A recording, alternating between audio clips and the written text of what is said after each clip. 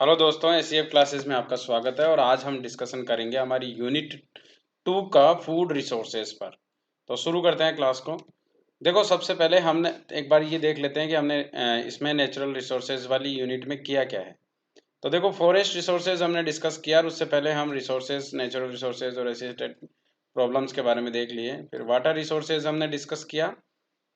फिर हमने डिस्कशन किया मिनरल रिसोर्सेज का, और मिनरल रिसोर्सेज के बाद में आज हमारा है फूड रिसोर्सेज। फूड रिसोर्सेज के बाद में एनर्जी रिसोर्सेज आ जाएगा, और एनर्जी रिसोर्सेज के बाद में लैंड रिसोर्सेज आ जाएगा। तो ये आपकी यूनिट कंप्लीट हो जाएगी। तो शुरू करते हैं। देखो, सबसे पहले फूड रिसोर्सेज में सबसे पहली चीज़ है world food problems, changes caused by the agriculture and overgrazing, और effect of modern agriculture, fertilisers, pesticide problem और water logging, salinity and case study. तो देखो, फूड रिसोर्सेज को लेके आपको पता है कंटिन्यूसली हमारी पॉपुलेशन बढ़ती जा रही है। विश्व में पॉपुलेशन बढ़ने से कुछ जो लोग हैं जिनको ना खाने का कुछ अन्न है, ना जल है ना, और ना ही रहने के लिए घर है, उन लोगों को सबसे बड़ी प्रॉब्लम हो जाती है। क्योंकि रिसोर्सेज पे सबसे पहला अधिकार कर लेते हैं कौन लोग? जिनके पास में पैसा होता है। और जिनके पास में पैसा नहीं होता, जिनके पास में सुविधाएं नहीं होती, जिनकी पहुंच नहीं होती, वहां तक रिसोर्सेज पहुंच नहीं पाते हैं। तो वर्ल्ड फूड की प्रॉब्लम्स की अगर हम बात करते हैं तो सबसे पहले ये देख लेते हैं कि फूड आता कहाँ से है। मतलब हमें देखो, फूड जो है वो चार क्षेत्रों से हमें प्राप्त होता है। सबसे पहला हमारे खेतों से, दूसरा जंगलों से, तीसरा हमारे वाटर रिसोर्सेज से जैसे मछली वगैरह और इनसे, और चौथा पशुपालन से। मतलब हमें फूड प्राप्त होता है। यानी कि हमारी थाली में इन चार क्षेत्रों से फूड प्राप्त होता है हमें। ठीक है। अब यहाँ पे प्रॉब्लम्स ये हो जाती है कि देखो, अगर हम जंगलों को काटते हैं, हमने पीछे जो भी रिसोर्सेज डिस्कशन किए हैं ना, वहां पर सबसे इंपॉर्टेंट चीजें यही है। अगर हम जंगलों को काट रहे हैं तो पहला पहला हमारा जंगल वाला रिसोर्सेज जो है वो खत्म हो जाता है। ठीक है। फिर पानी खत्म हो जाएगा, पानी खत्म हो जाएगा तो बारिश नहीं होगी। मतलब यहाँ पर जो मॉइस्चर और जंगल खत्म हो जाएंगे तो ऑब्वियसली कि बारिश पर डिपेंड करते हैं, बारिश इन्हीं पर डिपेंड करती है। तो बारिश नहीं होगी, और बारिश नहीं होगी तो हमारे ये रिसोर्सेज सूख जाएंगे। ये रिसोर्सेज सूख जाएंगे तो ये वाली चीज भी नहीं होगी, इनमें पॉल्यूशन बढ़ जाएगा और बड़ी प्रॉब्लम हो जाएगी। बाढ़ और सूखे की वजह से ये वाला रिसोर्सेज चला जाता है। जब बारिश नहीं होती तो ये रिसोर्सेज भी चला जाता है, ये भी किसी काम का नहीं रहता। और साथ ही साथ इस रिसोर्सेज की प्रॉब्लम ये है कि हम पेस्टिसाइड और फर्टिलाइजर्स के जरिए इस रिसोर्सेज में हम ये जो केमिकल्स डाल रहे हैं, ये मानव पर काफी बुरा प्रभाव डाल रहे हैं। हम उत्पादन तो बढ़ाना चाहते हैं पॉपुलेशन की डिमांड के अकॉर्डिंग, लेकिन एग्जैक्टली वैसा उत्पादन किस काम का जो पॉपुलेशन में कुपोषण जैसी स्थितियां क्रिएट कर दे। देखो, कुपोषण, माल न्यूट्रिशन का मतलब होता है, जरूरी नहीं है न्यूट्रिशन ना मिलना ही माल न्यूट्रिशन होता है। माल न्यूट्रिशन होता है न्यूट्रिशन अधिक मात्रा में भी अगर मिल जाता है तो वो भी खतरनाक हो जाता है। और ऐसे ही अगर न्यूट्रिशन जो है वो गलत मिल जाए तो वो भी दिक्कत है। ठीक है। और ठीक इसी तरीके से इन रिसोर्सेज पर डिपेंड होता है पशुपालन और कुक्कुट पालन वगैरह, और यही स्थितियां क्रिएट हो जाती है जब जानवरों को हम गलत केमिकल्स वगैरह और ये देते हैं, तो फिर दिक्कतें हमारी थाली पर पड़ती है, हमारे रिसोर्सेज पर पड़ती है। ठीक है। तो एक बार हम देख लेते हैं कि विश्व में इस फूड प्रॉब्लम्स को लेके जो कंसर्न वर्ल्ड वाइड और वेल्थ हंगर लाइफ जो है, इन्होंने क्या है एग्जैक्टली कुछ इंडेक्सेस प्रकाशित किया है। मतलब वो है आपका world global hunger index. Global hunger index या इस रिपोर्ट में 2019 में इन्होंने कुछ चीजें बताई है। एक्चुअली इनका तीन जो आयाम है, उन तीन आयामों पर चार पैमाने बने हुए हैं। मतलब चार पैमानों पर ये मतलब किया जाता है, प्रदर्शित किया जाता है। आपको ये ध्यान रखना है। जैसे इनएडिक्वेट फूड सप्लाई, यानी कि फूड सप्लाई अगर कम होती है तो उसको ये मानते हैं अंडर न्यूरिशमेंट में। अंडर न्यूरिशमेंट में मतलब कि भोजन की कमी होना क्षेत्रों में।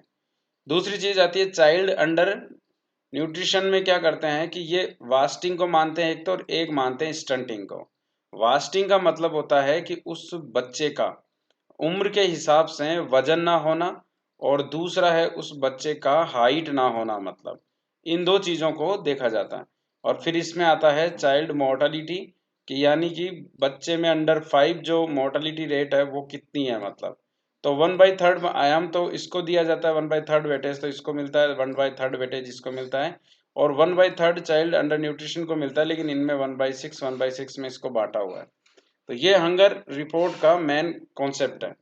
अब इस हंगर रिपोर्ट में जो प्रकाशित किया जाता है, उन प्रकाशित में extremely alarming, alarming, serious, moderate और लो, 4 भागों में इस रिपोर्ट को बांट दिया जाता है। अब ये 4 भाग कौन से हैं, ये थोड़ा सा आपको ध्यान रख लेना है। ये 4 भाग है आपके, कि जैसे आप ये ग्रीन देख रहे हो ना, यहाँ पर ऐसा है कि यहाँ पर लो मोर्टेलिटी रेट है मतलब, और दूसरी अगर हम मॉडरेट में बात करें तो अफ्रीका के कुछ देश हैं जहाँ पर मोर्टेलिटी क्या, हंगर इंडेक्स में इनकी स्थिति ठीक है, मतलब ये कह सकते हैं अपन, है ना।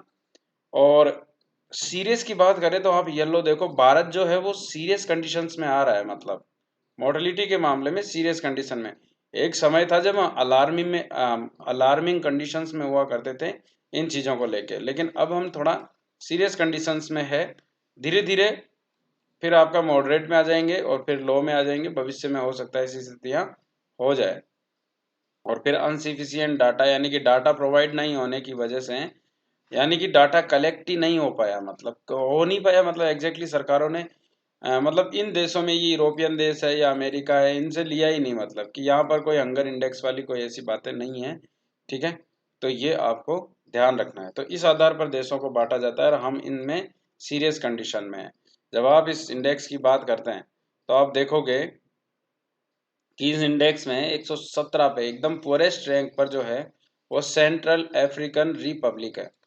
और ऐसे ही सेंट्रल अफ्रीकन रिपब्लिक की बात कर लेते हैं, ये वाला, ठीक है, ये वाला सेंट्रल अफ्रीकन रिपब्लिक इसमें पुअरेस्ट फॉर्म में है।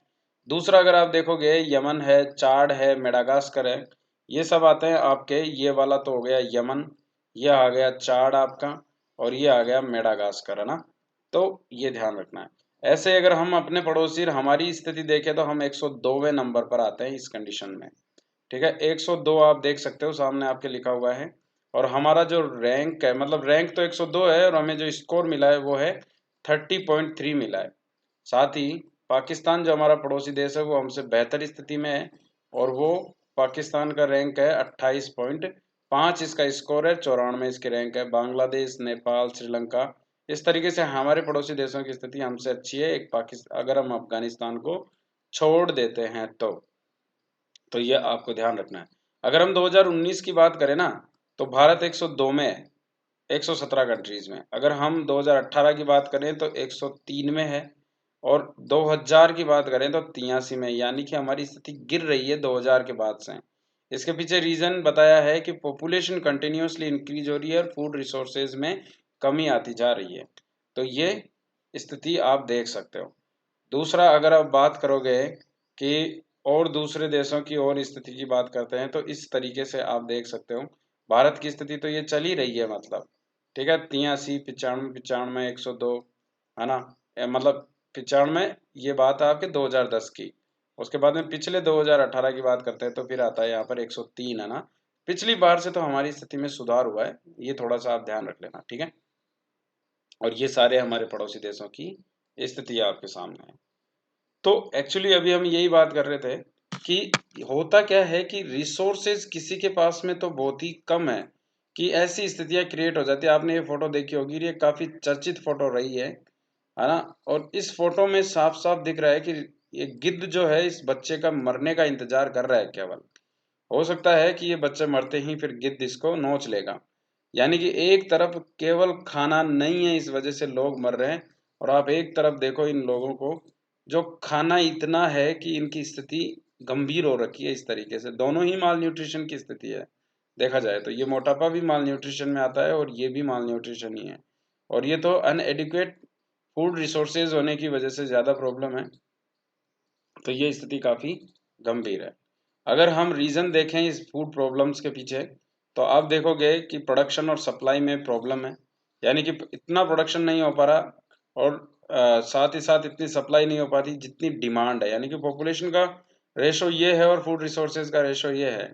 आप एक कॉन्सेप्ट पढ़ते होंगे कि एक्चुअली क्या होता है कि अगर मार्क्स का एक सिद्धांत था जनसंख्या का, उसमें कहते हैं कि हमारी पॉपुलेशन तो बढ़ती है, दिन दोगुना रात चौगुनी, मतलब एक तरह से इसमें ऐसे होता है कि मल्टीप्लाई होती है। आज अगर एक है तो कल दो होगी, कल चार होगी, फिर 16 होगी, फिर ऐसे होगी चलेगी।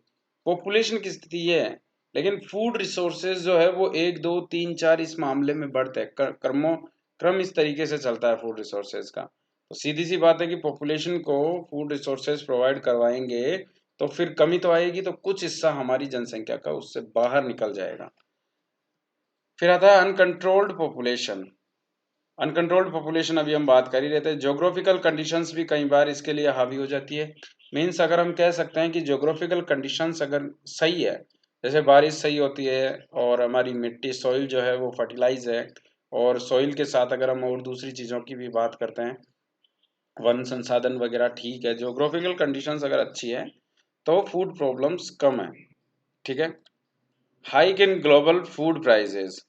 देखो कंटिन्यूअसली जब हम बात करते हैं दूसरी चीज़ों की कि कोई भी देश सेल्फ डिपेंडेंट नहीं है फूड रिसोर्सेज में, तो जैसे ही फूड रिसोर्सेज में अगर हम प्राइजेस बढ़ जाती है तो एक हिस्सा बाहर निकल जाता है इसमें। पोवर्टी, मनी का नहीं होना, रिसोर्सेज और नॉलेज का नहीं होना भी एक बड़ी प्रॉब्लम है। नेचुरल डिजास्टर है, environment impact on human activities, deforestation, over grazing, urbanisation, agriculture land acquisition, ये सब चीज़ें भी काफ़ी इंपॉर्टेंट है जो अभी हम डिस्कस कर रहे थे। ट्रेडिशनल प्रैक्टिसेस ऑफ एग्रीकल्चर और लैक ऑफ एग्रीकल्चर लैंड और पॉलिसी पैरालिसिस। पॉलिसी पैरालिसिस होता है कि सरकार नीतियां तो बनाती है लेकिन उन नीतियों को प्रॉपर्ली इम्प्लीमेंट नहीं कर पाती। ये है फूड प्रॉब्लम्स हम जो डिस्कस कर रहे थे। ठीक है। तो बाकी की चीज़ों का हम और अगली क्लासेस में डिस्कशन करेंगे। तो धन्यवाद सभी को क्लास अटेंड करने के लिए। मिलते हैं फिर। अच्छी लगती है तो आप लाइक करें और शेयर करें। धन्यवाद।